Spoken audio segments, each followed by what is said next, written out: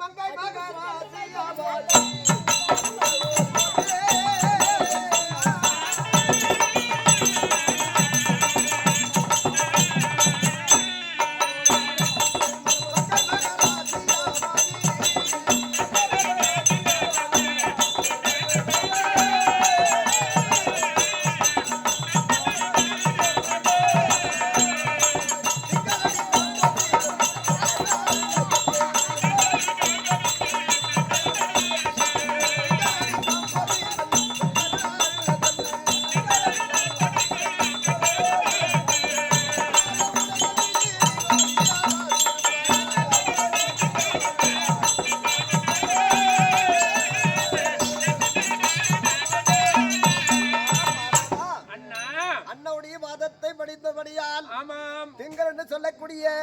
என் மச்சானுடைய அருள் பெற்று நீண்ட காலம் சுகமாக இருக்க எனக்கு ஆசீர்வாதம் ஆகட்டும் அண்ணா ஆகட்டும்.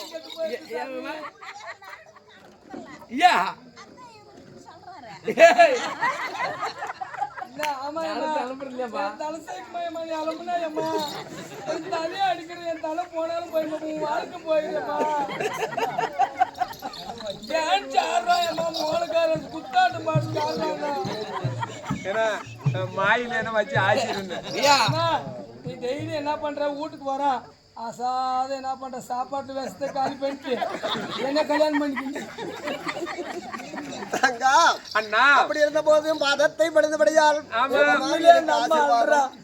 நான் உண்மையதான் சொல்றேங்க. அம்மா வாழ்க்கை கட்டு போனா உடனே நீ பாத்துக்குவேன். இருந்தாலும் ஒரு வார்த்தை அம்மா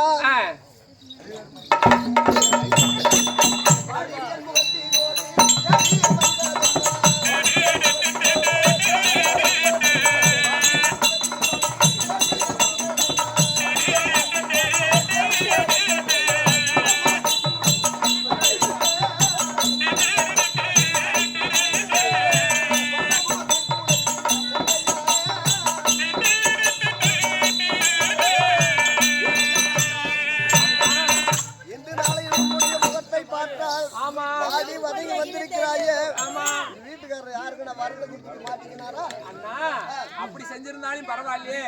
இன்னைக்கு எங்க வீட்டுக்காரரால வரவில்லை என்ன அந்த மடவானம் சென்ற அந்த கன்னிமாரைக்கான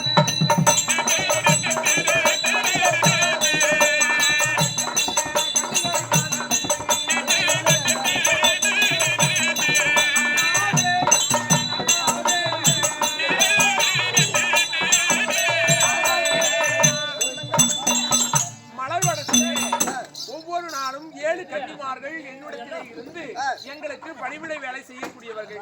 அப்படிப்பட்ட 7 கன்னிமார்கள் பௌர்ணமி திதியிலே சிவலிங்கத்திற்கு பூஜை செய்து வழிபடுவது வழக்கம்.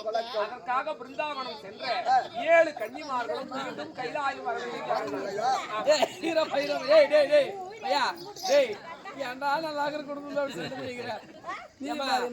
அவர் ஓதிட்டு ஒண்ணுன்னா தம்பி அவர் பாரு அவர் கட்டி பிடிக்கிறது எல்லாம் பாரு.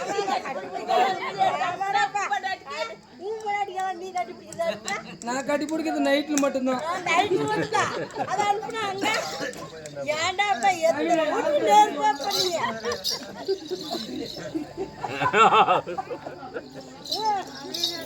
அதனால அவர்களுக்கு என்ன ஆனதோ ஏது ஆனதோ தெரியவில்லை. ஏதாவது ஒரு வழி சொல்லுங்கள் அண்ணா. அப்படியானால் அந்த வனத்திலே சென்ற கன்னிமார் 7 பேரும் அந்த வனத்திலே வாழக்கூடிய என்ன சொல்ற வஜ்ரகண்டன் வீரகண்டன் என்று சொல்லக்கூடிய 3 அரக்கர்கள் அந்த கன்னிமாரை பார்த்து அவங்க மேல் ஆசைப்பட்டு துரத்தி வனமெல்லாம் முடுக்கக்கூடிய நேரத்தில் அந்த சூரருக்கு பயந்து கல் சிலையாக ஆகிவிட்டார் அந்த வனத்திலே. அப்படி கல் சிலை ஆகிவிட்டார்கள்.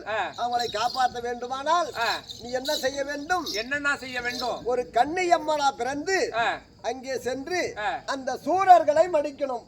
அப்படியானால் அன்றைய தினத்தில் 7 கன்னிமார்களாக தேவர்கள் அம்சத்தால் உருவெட்டார்கள். ஆனால் அந்த கன்னிகளை காப்பாற்ற நான் கன்னியாக அவதாரம் செய்து கன்னியம்மனாக உருவெட்டு வர வேண்டுமா? அப்படி என்னுடைய 64 அவதாரத்தில் ஓர் அவதாரமாக நான் கன்னியம்மனாக உருவெற்று நான் பிரசன்னமாகிறேன். என்னுடைய அகோர கோபத்தால் அந்த அரக்கர்களை அழித்து 7 கன்னி தெய்வங்களையும் காப்பாற்றுகிறேன். இப்பொழுதே சென்று நான் கன்னியம்மனாக ஜனித்து வருகிறேன். ஆகட்டும். அப்படியாகட்டும்